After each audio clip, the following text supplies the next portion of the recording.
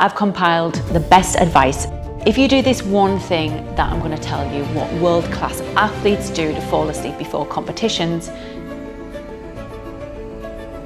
Have you ever felt really tired all day and you're looking forward to bedtime, thinking that as soon as your head hits the pillow, you're going to be out like a light? Then you snuggle up in bed, turn the lights off, and then nothing. All day you've been exhausted, really dying to get into bed, and now you're wide awake. So you adjust the way you're lying, you turn your pillow over onto the cooler side, thinking that if you just get into a comfortable position, you'll nod off to sleep. But no. The clock ticks and you become increasingly more aware of every second that you're not asleep. And you just keep thinking how horrible tomorrow's going to be when you've had another bad night's sleep. Also, your phone is on the bedside and you're dying to pick it up and scroll, but you're fighting the temptation as you know that you need your sleep. Before you know it, a couple of hours have went by. You really wish falling asleep wasn't so bloody hard. Well, if this sounds familiar to you, then you should definitely watch this full video because I've compiled the best advice that I've given out over time to my patients from years of being in the ER and the people that I work with now, giving personal one-on-one sleep guides to. If you do this one thing that I'm going to tell you what world-class athletes do to fall asleep before competitions, you'll massively increase your odds of falling asleep in just a few minutes. But first, it's important that you know these 7 things that you should do before you even get into bed. And when you combine these with the tip I'm going to give you at the end, there's no reason at all why you can't fall asleep fast. Now, number 1 is to sleep in a colder environment. Your environment surrounding your head and body is so overlooked. If you can take care of this, not only with the ease in which you fall asleep tonight, but also your sleep quality will improve so much. Now, it's been shown that if you overheat during the night from heavy blankets, thick PJs, hot sticky weather, whatever it is, that will decrease your slow wave sleep. That's the deep restorative sleep that you need. Even just to fall asleep, your body has to drop. So being colder actually helps bring your temperature down faster. And it might shock you, but the recommended temperature for a good night's sleep is between 65 Fahrenheit for your room. So that's what your room should be. I need to point out that getting too cold isn't great either, but being cold doesn't have the same disruptive effects on your sleep as being hot does. So your body starts to cool yourself down in the middle of the night. So if you're too hot, you're not helping your body in its deep restorative sleep stages. You're actually disrupting it. So keeping your bedroom cool is going to keep you in that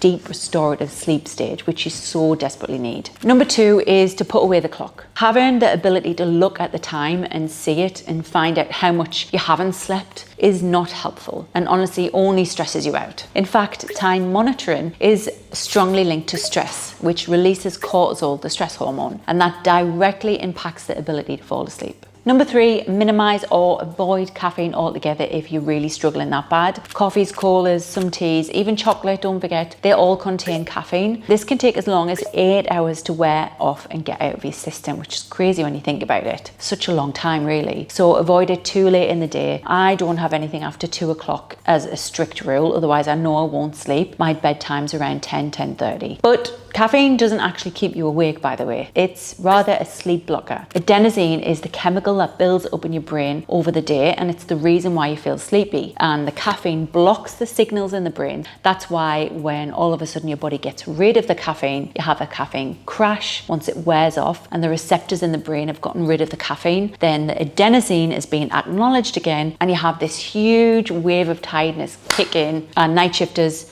you know what that feels like? Well, now you know it's from adenosine. Number 4, it's also worth avoiding eating too close to bedtime. Now, we often think that sleep is the time that the body's just resting and doing nothing, but it's actually the opposite. Your body and brain works hard when you're asleep, and the last thing your body needs right at bedtime is a full-on meal to digest. Also, the food is spiking your blood sugar, which increases your heart rate, increases your blood pressure, and it puts your sleep hormones off their job, which brings me on to the next point, that is number 5, avoiding alcohol. Yes, I'm sorry, it's true. Not good for sleep. If you are struggling with sleep, really struggling, you should not be drinking before bed. You should not be drinking at all. Now, we already spoke about caffeine before bed being a big no-no. The same goes for alcohol. Why? Well, alcohol is not a sedative. Yes, vodka is a central nerve depressant that calms you down, but not the way we need to get a good sleep. Now, what happens to the body after you've ingested some Smirnoff, for example, is basically it's poison. So the body needs to get rid of it. So the liver starts to metabolize it and get rid of it. That's extra work for your body to do when it's supposed to be concentrating on all the jobs it needs to do while it's sleeping. If you ever have the chance to track what happens to your heart rate after some booze before bed, please do it. It's really crazy when you can see your heart rate spike at like 1 in the morning. Now, having a glass or two while you're watching Netflix, I know it feels amazing, we think, but now that I know that it spikes my heart rate so much, and I've seen the stress that it does to my body, I'm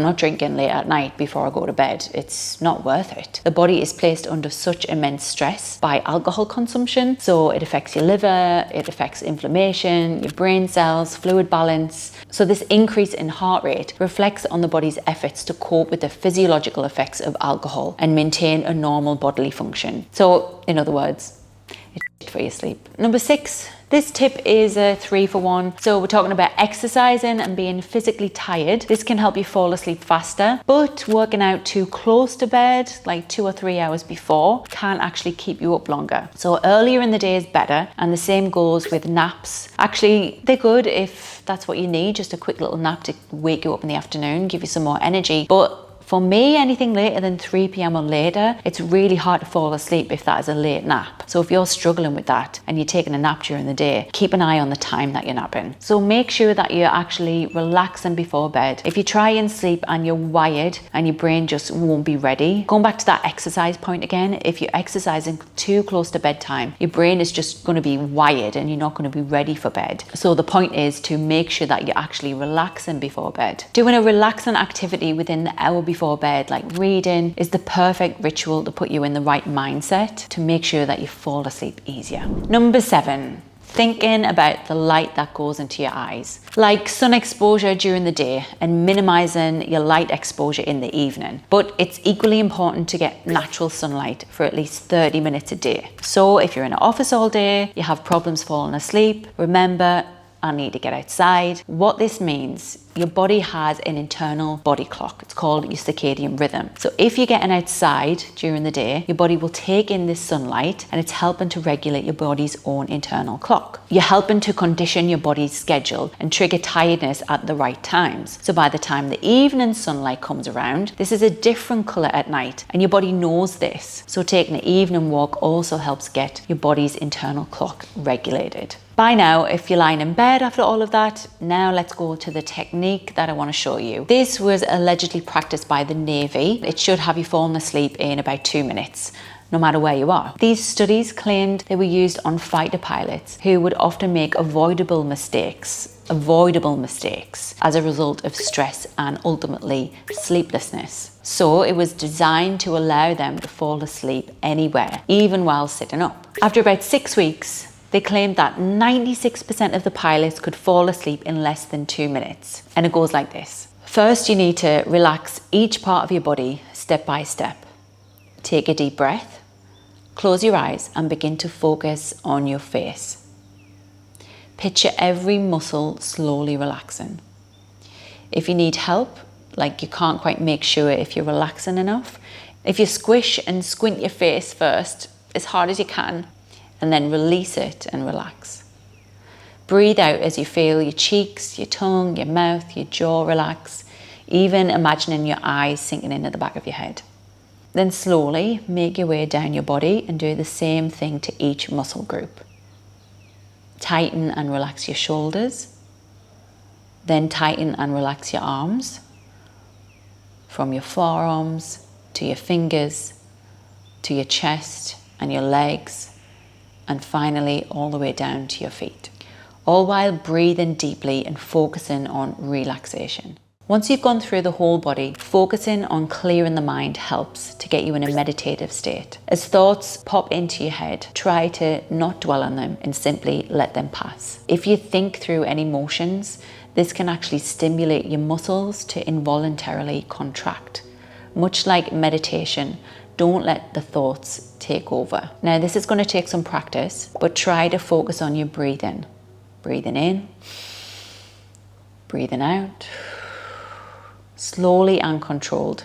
You can also visualize yourself in a calming location, like a warm summer's day in the hammock, swaying backwards and forth. If you can't stop your thoughts from popping into your mind, then you can also repeat in your head, or you can say it out loud. Don't think, don't think, don't think. Try this for 10 seconds. It may sound silly, but keep trying it. Practice makes perfect. But the key thing, like most, is to do this every single night. Consistency is key here. Now, there is one more suggestion, and that is considered the simplest, most important thing to falling asleep immediately. If you can't follow any of the other tips that I've given you, follow this. And this is to go to bed and wake up at the same time, no matter what day it is, even on the weekends. I know it sounds terrible. Who wants to wake up on the same time on the day off? And if you want to be able to fall asleep immediately, getting in a good routine will set up your body to literally work like clockwork. After all of that, if you still can't fall asleep, don't lie awake in bed. Studies have shown that not falling asleep for an extended period of time can cause anxiety, and that only makes things worse. So I suggest getting up and doing a relaxing or slightly boring activity until you feel sleepy again. And then when you're ready, go back to bed. And if you like, you can play this video next to you to drift off to some relaxing white noise. It's a 10-hour ad-free,